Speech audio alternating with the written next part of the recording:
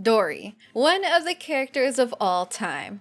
A character whose very existence is perplexing and even forgotten by many in the Genshin player base. In fact, the best thing about her is how she gives you 3 standard wishes as ascension rewards. No person in their right mind would spend materials and build Dori for damage, let alone take her to Spiral Abyss, let alone make her go up against the much-hated boss, the Wenut, let alone make a dedicated video about her in the 3.5 update. And yet, that's exactly what I did.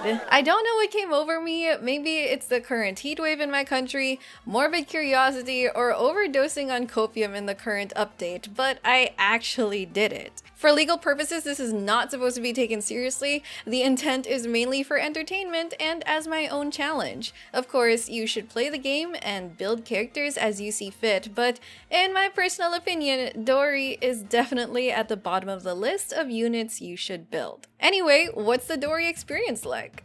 Let's find out. First of all, I had to decide how to best utilize Dori's kit and make her shine. She's mainly sold as a support and not even an exceptional one, all things considered, but I wanted her to do more than that. She has to become a major component and, dare I say, significant damage contributor to her team. There are a few build routes to making her a DPS. Aggravate is one, but without C6, that's not a good idea, and even if I had C6, I don't think it's a practical choice for this Abyss run, which is the same problem for a physical build. Thankfully, there is one broken playstyle applicable for many Electro characters. Hyperbloom. It's known for its low investment requirement yet high damage floor. With Dori, the idea is to use her genie's Electro connector to make it touch Dendro cores, thereby triggering Hyperbloom on them. She can also use her skill, where if it explodes near enough a Dendro core, it can also trigger them. To be clear though, this playstyle compared to other Electro triggers is very inconvenient, especially when you compare her to the likes of Raiden Shogun or Kuki Shinobu who only need their skills. In contrast, you have to move Dori's connector around so that it touches Dendro cores. But even with all these issues, I think it's still the best shot we've got at making Dori into her best DPS version. So what team would she perform well as a Hyperbloom trigger in? I wanted a team that doesn't feel overwailed on but still looks relatively accessible. I also wanted a team where Dori wouldn't just be a cheerleader,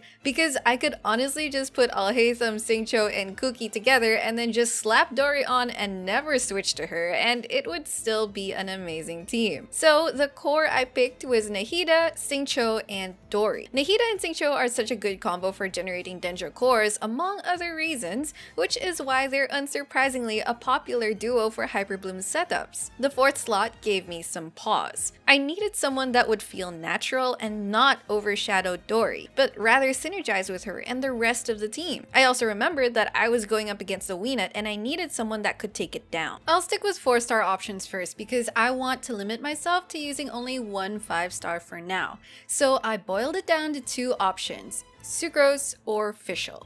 I opted to try it with Fischl first, who complements this team in many ways. She's able to dish out good off-field damage, and she doesn't steal that many Hyperblooms from Dori. Most importantly, she's an amazing battery for Electro units, which will definitely help with Dori's high energy needs. I think having only one 5-star is fairly reasonable as an accessible team. This is just one team variation though, and I have other team ideas that I plan to try and showcase after, so stick around for those too. Now that I have my main team, it's time to settle on their builds, starting with Dori. As usual Hyperbloom builds go, I stacked as much EM as I could on her and went with the more recent Flower of Paradise Lost set, which gives EM and boosts Hyperbloom damage. However, I also had to give her a good amount of ER, since her primary means of triggering cores was via her burst. This typically goes over 200% ER, but thanks to Fischl and a couple other build tricks, I was able to settle with about 150% ER, which should be comfortable enough. Her weapon could focus on ER or EM, but I wanted to maximize her damage, so I had to go EM. There were a couple of potential options, from the newly added Mailed Flower to the classic Rain Slasher, but I went with the Makaira Aquamarine. Its passive, which shares a bit of attack to your teammates based on the holder's EM stat, will be more valuable for team DPS. I also wanted to get her to level 90. Hyperbloom, as a transformative reaction, scales on character level, and Hyperbloom's base damage sees a huge increase from level 80 to 90. I'll admit though, it's painful using these materials and resin on Dori of all characters, but I had to commit to the process. I also made sure to get her burst level high enough so that her healing can be somewhat decent. Currently, she's at C2, though their effects are mostly irrelevant for her Hyperbloom playstyle. As for the other characters, it's pretty standard stuff. Xingqiu was equipped with an emblem set and Favonia's sword, which meant more particle generation and fairly decent stats. Fischl had a 2-piece Thundering Fury and 2-piece attack set with Stringless as her weapon choice, and also pretty decent stats. Nahida was equipped with a Deepwood set to shred Dendro resistance, though for her weapon I decided to go with the Favonia's Codex to further add particle generation. You might think that's overkill on Favonia's holders in the team, and it's not really a top choice as far as Nahida's weapons go, but this allowed me to almost not worry at all about Dori's energy needs. I'm putting this team in the second half where the enemies are arguably harder to really test it. Still, I need a first half team that would give me a decent clear time and is also relatively accessible. A national team is very often a reliable pick. I slotted in Yelan as Xingqiu's substitute with Bennett, Xiangling, and Sucrose. Anyway, I've already talked a lot about the team and build stuff. It's about time to throw Dori into the abyss, and as we go along, I'll share the difficulties I encountered and how I dealt with them. Chamber 1 first half had a respectable 1 minute plus clear time. Pretty standard stuff, but what about the second half? Care for a dance? Dance with me! Let me weave you a verse. No, my soul! As you can see, the Hyperblooms are doing their job, dishing out around 30k each.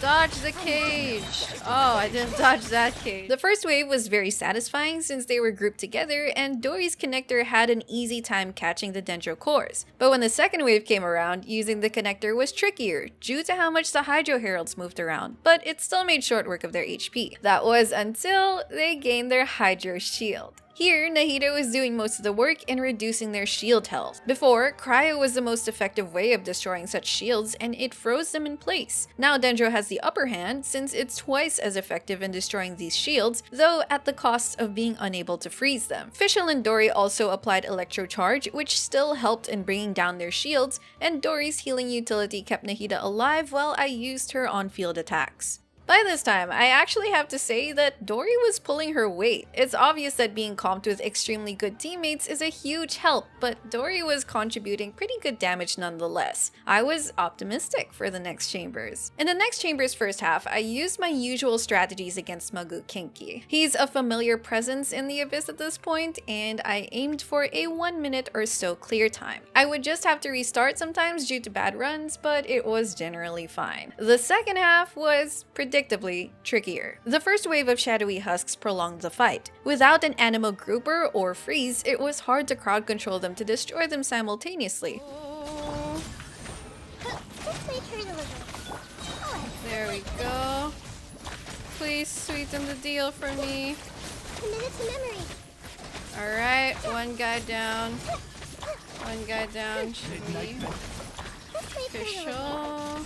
In the second wave, I was focused on staying alive, because even if Dori is supposed to be healing me, there were a lot of cases where I still ended up dying anyway since these Serpent Knights dealt a lot of damage. The rocks were particularly annoying, and because Dori had an EM build, her healing was not exactly great. This took more retries in the first chamber, and it wasn't a particularly comfy experience. Carrying me so much, like, I'm trying to switch around to distribute the damage, kind of. Alright, how many do we have? In the run where I cleared it in time, my first and second half characters unfortunately didn't finish with full energy for the final chamber, and that would come back to bite me in the ass. Finally, the dreaded Wenut. And unsurprisingly, a lot of things kept going wrong. To start, if I wanted enough time for the second half, I needed to clear the first half for a minute at most. But my ideal goal was to clear it within 40 to 50 seconds. That spare time would definitely help, and it's an attainable goal. However, my energy situation wasn't the best. It wasn't that bad, but having to spend a few seconds to battery a teammate when you're really trying to squeeze as much time as you can muster makes it more noticeable. I was ending my first half run somewhere around 45 to 55 seconds seconds, which was okay, but every second counts. Of course, the Wenut posed more difficulties. Because of its short windows and changing positions, using Dori was very challenging than if I'd had more convenient Hyperbloom triggers. Until the Wenut was disabled, I chose to mainly rely on Dori's skill to trigger the cores, which isn't super reliable, but it's something. I already knew the Wenut's pattern, so finding the best timings to use this specific team's abilities was a new challenge. That was the main reason I had to retry a lot of times. For the first few runs, I also used Fischl's skill summon and charge shot to hit the Wenut's balls, which could take some setup time. But interestingly, I accidentally discovered a faster method. If I aligned myself just right underneath the top ball and used Fischl's burst, I could destroy 2 of the Wenut's balls in one strike while also placing Oz down at the same time. It was a very helpful discovery for saving precious seconds. I also wanted to place myself outside the Wenut, since the best way to position Dori's burst is to throw it inside the Wenut circle while I'm on the outside, so that the connector can reach cores that were generated on either side. Ultimately, my runs kept falling short of the 3-star clear time, and I kept making careless mistakes or had inconsistent DPS output. After doing some reflection, I realized that starting with less than full energy should be nipped in the bud. I decided to restart everything and make sure that my unit's energy costs are up and ready at the start of the last chamber. The retried runs were quicker, especially since I knew how to beat the previous chambers with this team already. With the energy advantage, I shaved off more seconds in the first half and ended up with a really good run that enabled me to start the second half with 2 minutes and 18 seconds. This was my best chance at beating the Wenut with one of the characters of all time. Witness the power of Google. Everyone hold hands. Shadow Raven.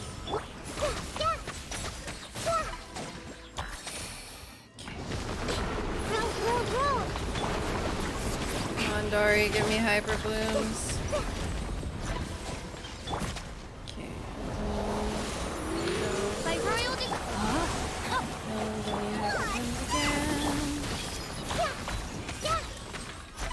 Forgot to use Nahida's Q, but it's okay. This way, trick.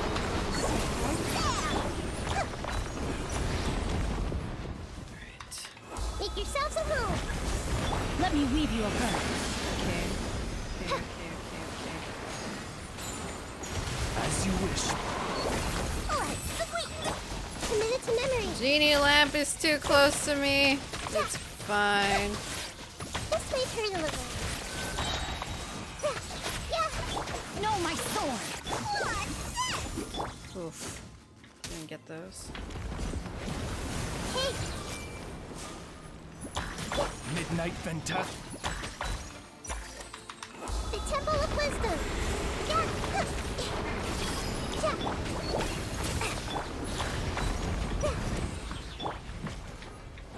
Time to act.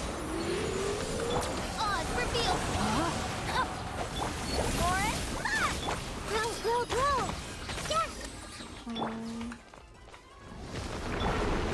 Commit it to memory. I see everything. Sharing my knowledge. Witness the power of...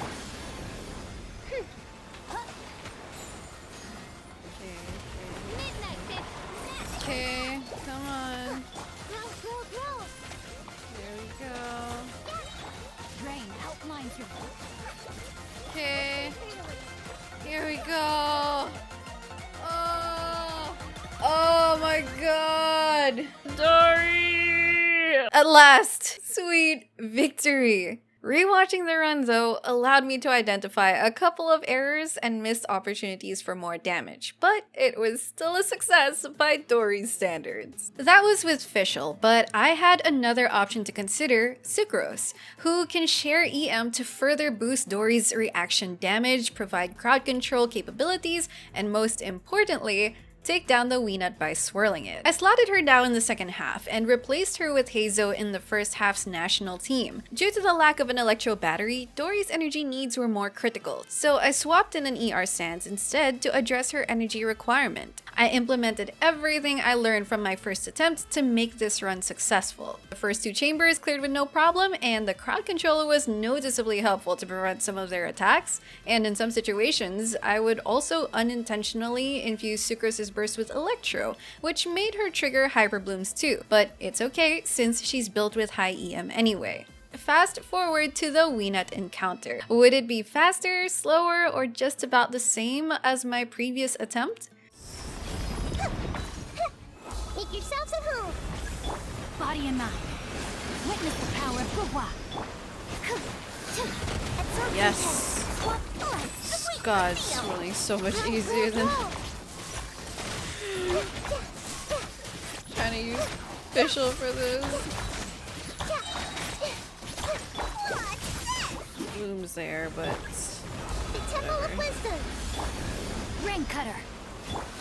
Stand clear. Animal hyper. okay, wait, calm down, please come down, please come down. Okay, oh my god, that actually worked. Swirling. Well, I was able to finish it in almost the same time as well. Another W in the bag.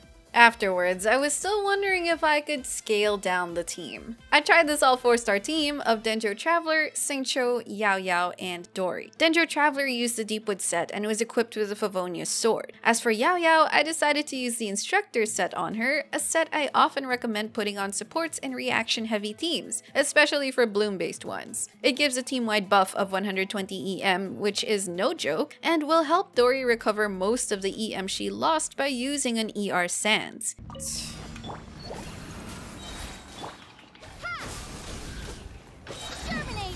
Rain cutter.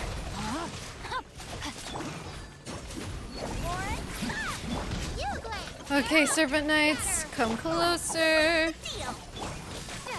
Please stick together. Nope. Nope. Okay, fine. Propagate. Rain outlines your fate. Witness the power of Gugwa. Scatter. Here's the good. Hey, go away.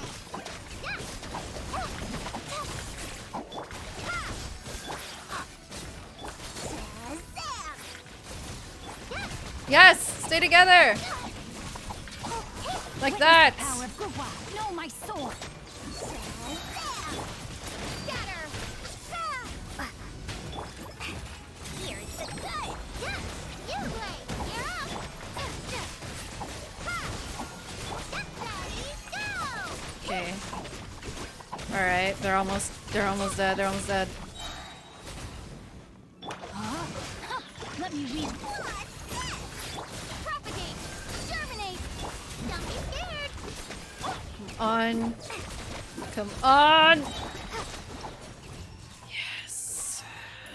Okay. Then, for another 4-star team iteration, I tried replacing one of the Dendro units with Sucrose in the hopes of reaching the Wenut like I did with Nahida. I tried 2 variations of replacing Yao Yao and Dendro Traveler, but sadly I didn't get very far. I already ran into problems in the first chamber, particularly with breaking the Hydro Herald's shield. I was able to do so more easily with 2 4-star Dendro units or with Nahida alone, but with only either Dendro Traveler or Yao Yao, it felt impossible to get a 3-star clear. I feel that if it weren't for this particular mob, this would clear the floor. Anyway, I wanted a perfect run, so I called timeout on this team. It also occurred to me that Hyperfridge could be an option. Combining Dendro with Cryo application could definitely beat those Hydro Heralds. In concept, it should work against the Wenut as long as you had someone like Yelan who could do her charged shots or a Cryo unit that could hit the balls. If I was able to do it with the previous teams, then clearing it with a Hyperfridge team should be more than possible. Now at this point, I was pretty much ready to pack up and call it a day. And then I remembered another character that could help me achieve a unique Hyperbloom Dori combo, Jean. If you didn't know, one particular playstyle Jean is known for is the Sunfire combo. This involves Bennett, who applies pyro to the active character while in his burst, and Jean, who does the same, but with Animo. This creates rapid pyro swirls off of the active character, which lets you apply pyro to enemies around you.